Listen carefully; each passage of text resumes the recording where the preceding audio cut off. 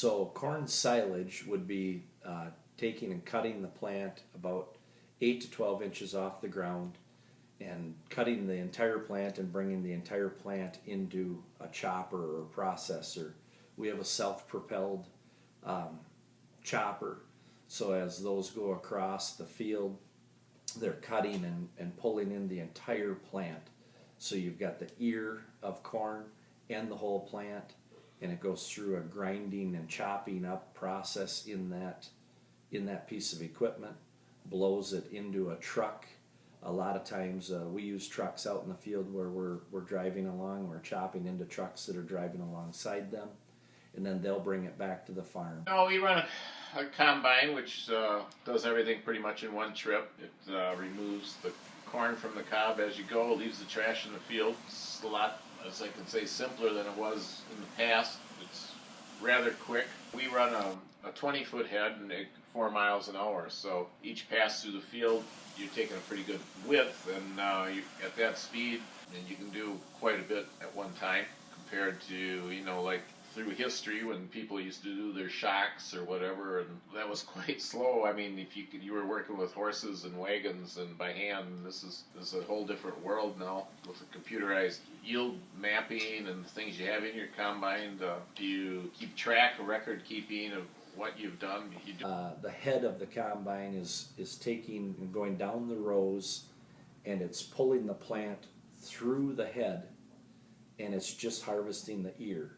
So as that combine is going through, you'll see the plants getting pulled through the head of the combine, and they strip the ears off, and the ears come into the combine.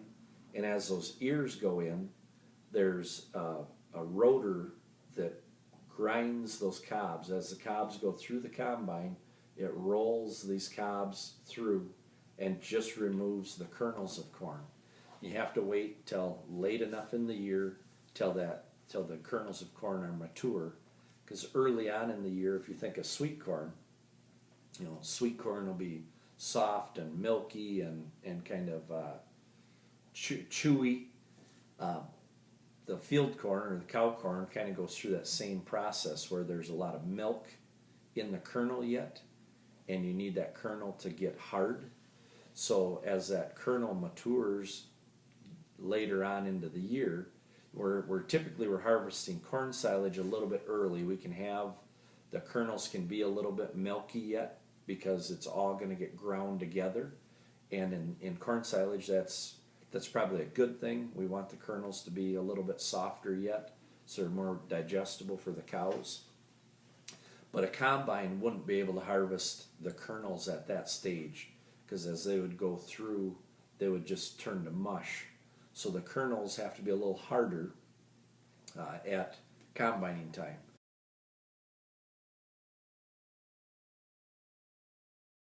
So my dad grew up about a mile away where his parents had farmed, and in 1961, I believe, he had bought this farm and started farming on his own.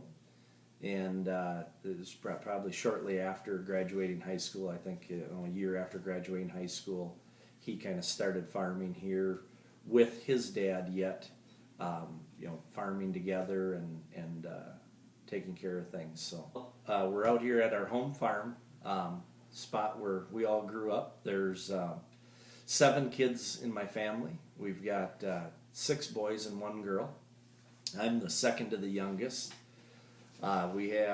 Growing up, we had a 90 cow dairy farm here that my dad and all of us operated.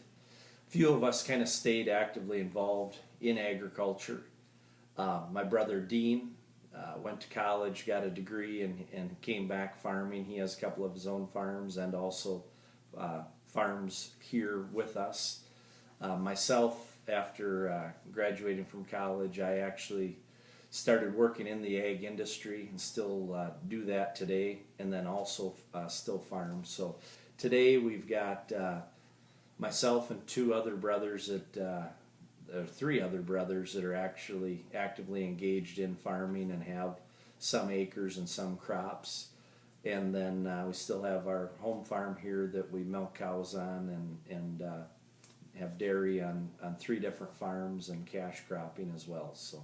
Oh, I've been farming probably for now 40 years. I started farming probably in high school for myself and my brother, growing crops. My parents had a dairy farm which we grew up working on, so I guess I started farming at a pretty young age. I was involved in that after school and during the summer when I was in grade school. I always helped do chores, worked every day on that. But by the time I was in high school, I was growing some corn and soybeans on my own, along with my brother, separate from the family farm. A little bit. One thing that we do today that we never did before is we take tissue samples. So on a tissue sample, we talked about soil samples. That's telling me what the soil needed. So I applied my products to the soil to make a corn crop grow. Now as that corn plant is growing, let's say in the middle of June, and the corn plant's about knee high, we've got the ability to go out and take leaves from that corn plant. We send them to a lab.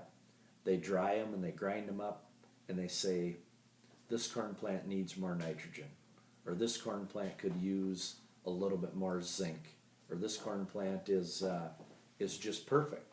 It's adequate on everything. First combine my uncle brought home didn't have a cab on it. It was exposed to the elements. You'd sit out in the bean dust and put a kerchief around your nose and away you go.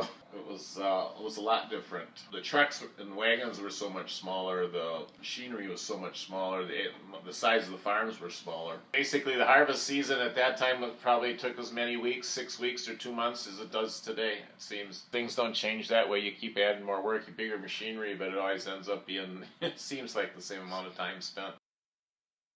Machinery actually gets easier and easier to use all the time. I find the machinery that we buy requires probably less mechanical ability and less repair. The repairs are made easier, the engineering's better, the maintenance is easier. Not in every case, but in most cases. Big thing, a lot of the things are computerized, and we've gotten to using GPS and the mapping.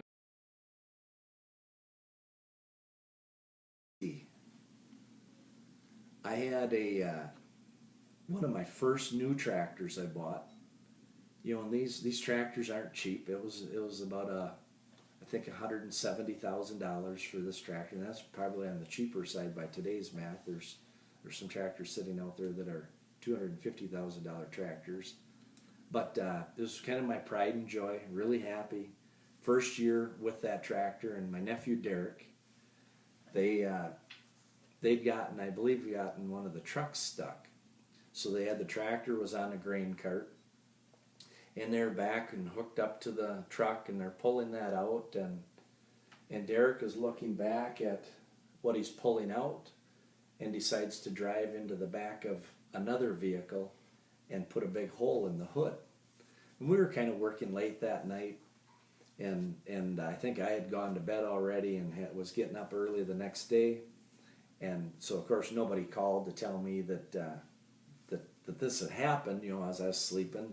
So I find that, it's like to go out and to see your baby sitting there with one of its arms cut off or something, it's just this gaping hole in the hood. But still give Derek a little grief about it, but